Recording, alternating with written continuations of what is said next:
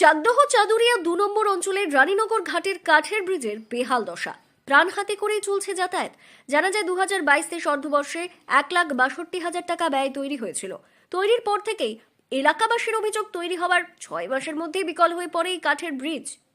এই চাষের ফসল নিয়ে নিয়ে যেতে তো আপনাদের খুব অসুবিধা হয়। হ্যাঁ হ্যাঁ, চাষের ফসল নিয়ে যাওয়া খুব রিস্কের ব্যাপার। ভয়ে ভয়ে আমাদের যেতে হয়, ভয়ে ভয়ে যেতে হয়। খুব ভয়ে রিস্কে, বুঝলেন। ওই কাত হয়ে যেতে হয়, তো সমান থাকলে কোনো অসুবিধা হয় না, এমনি কাত হয়ে যেতে হয়, এমনি আমাদের খুব রিস্কে যেতে হয়। ব্রিজের পাশেই রয়েছে একাধিক চাষের জমি। চাষিরা ওই ভাঙা ব্রিজের ওপর দিয়েই প্রাণ হাতে করে চাষ করতে যান বলে অভিযোগ করেছেন। বেহাল অবস্থার পাশাপাশি হেলে পড়েছে কাঠের ব্রিজটি।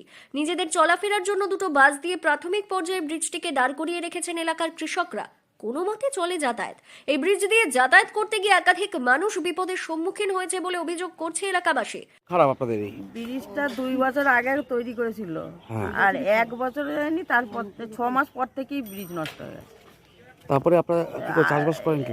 এই কোনো রকম বাঁশ বেঁধে মানুষ যাতায়াত করতে পারছে না, লোকজন খুব অসুবিধা করে যাতায়াত করছে।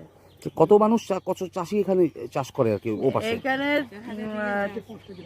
৪-৫টা গ্রাম মিলে এখানে আছে, ১,০০০ বিঘেরও বেশি এখানে জমি সব চাষ হয়, চাষবাস হয়। ফসল নিয়ে কোন রাস্তা দিয়ে যান আপনারা? এইখান থেকেই কোনো খুব কষ্ট করে যাতায়াত করা হয়, মানে জীবন হাতে নিয়ে, পড়ে গেলেই মানুষ মরে যাবে।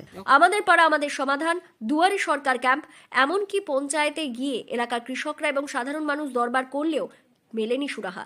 উদাসীন প্রশাসন, এমনটাই অভিযোগ এলাকাবাসীর। সেতু পুনর্নির্মাণ করলেই হবে সুরাহা। এটা লোহার কংক্রিটের ব্রিজ হয়, আমরা সেইভাবে জানাচ্ছি, আবেদন করছি যাতে বছর বছর ২ বছর অন্তর অন্তর না ভাঙে। মানে আমি তো দেখলাম যে ১,৬৬,০০০ টাকা খরচ করে এটা বানানো হয়েছিল ২ বছর আগে। তারপরে কি টেকসই করেছে?